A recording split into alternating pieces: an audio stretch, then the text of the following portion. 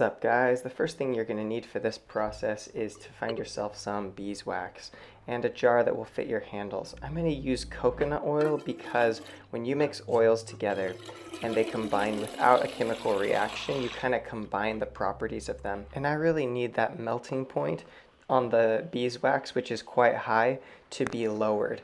Now, coconut oil, and I'll probably also use a bit of vegetable oil. These oils have a lower melting point, and so combining them together with the beeswax is going to make this product a little easier to work with. The more oils you include with a low melting point, obviously the softer and more paste-like the substance will be in the end product. Now, you can use beeswax products for a variety of things. You can use them for outdoor applications if you use an oil product which has mold inhibitors in it and is designed for outdoor use. I'd like to keep this one food grade if I can, because when I use this knife in camping, I do use it for food prep. That's why I'm using the coconut oil, vegetable oil or olive oil, and beeswax. I'm using a double boiler system here simply because if you put the beeswax directly to the heat, you can have problems with it burning. Now, just a word about stabilizing and why stabilizing is cool and what you're actually aiming to do while we wait for this beeswax to melt. Basically, your problems that you run into for the longevity of wood products are often related to expanding and contracting, drying out, and cracking. Things like this are really common problems that you run into with wood products. And the reason for most, if not all, of those problems is that the airspace inside of the wood absorbs moisture, and that either changes the shape or the water that's inside the wood causes some chemical reactions or lets things in which cause rot or mold, or also obviously sun damage can really damage wood products, but that's not as big of an issue with knives unless you forget your knife outside for a year and then come back and find it later. But anyway, the way that I'm going to show you how to do stabilizing is basically you heat up this beeswax mixture, you mix in enough oil to get the right melting point and the right properties that you want, and then you'll put a lid on top of it. It's similar to like in canning. When you can something, you bring it up to a temperature where all of the bacteria in it and viruses and whatnot will be killed. And then at the moment when it drops below the temperature where bacteria would grow, it vacuum seals, and it's inside of this sort of closed system where no bacteria can be introduced. We've got like a similar dynamic, but a sort of different idea going on here. I'm going to submerge the knife handles in the beeswax, and we're going to put a lid on it, and as the air that's in it will be quite hot, and as the air cools it will want to reduce pressure, and it'll suck that cap down, and the negative pressure of the air pulling on the beeswax mixture will do something. It will actually cause the air spaces inside of the wood to get pulled out and vacated. It'll actually suck the air out, and you'll see the wood actually bubbling as the air leaves it, and in all of the space that's created by that, this beeswax and coconut oil mixture will actually replace the airspace. And so throughout the wood you'll actually have a consistent, not a coating, but actually a stabilizing. There's some different things that are cool about that. One of the things that's cool is if you mess up on your handle, you can actually sand away at it, and although with beeswax it will really gum up your sandpaper, some other oils won't do that as bad, but there's actually more of the beeswax or the coating material underneath. So you can sand away a portion of wood and then just kind of give it a quick polish, and it will look just like the rest of the handle. You don't actually have to redo the finish of the entire handle, because there is the coating product or the stabilizing product is present throughout the wood substance.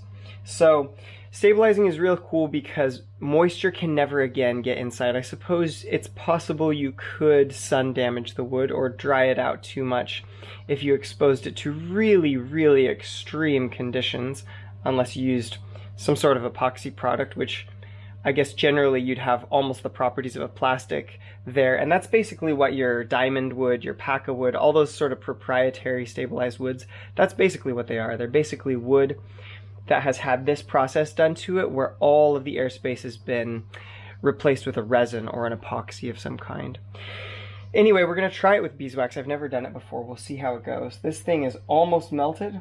So we'll flick on the camera and hopefully you'll be able to see those bubbles sort of evacuating out of the mixture once I put the handles in there. We'll see how it goes.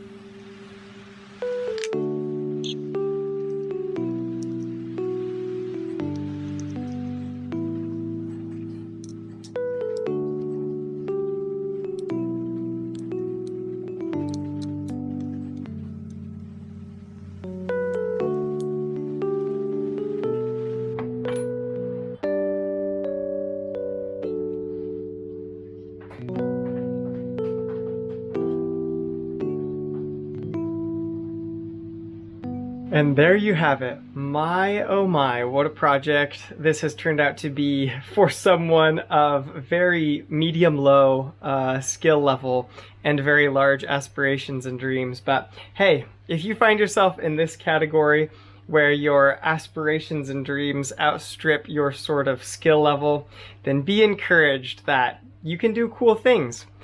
On the note of the Becker, my goodness, this has absolutely transformed the way that I see this knife. I can't even describe. It's like it went from, oh, I don't know, like the cheaper of the combat knife options to like a combat hunting knife.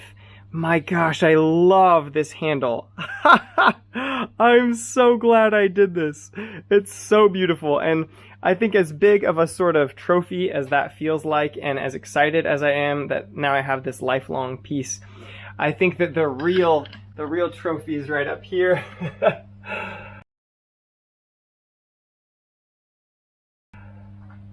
I just encourage you guys, whatever twists and turns you encounter, don't give up on the things that you want to do. My goodness, what a journey. Thanks for sticking with me through that. I hope it wasn't too intensive for all of you in terms of just the roller coaster that it entailed, but I genuinely hope that you have a great day.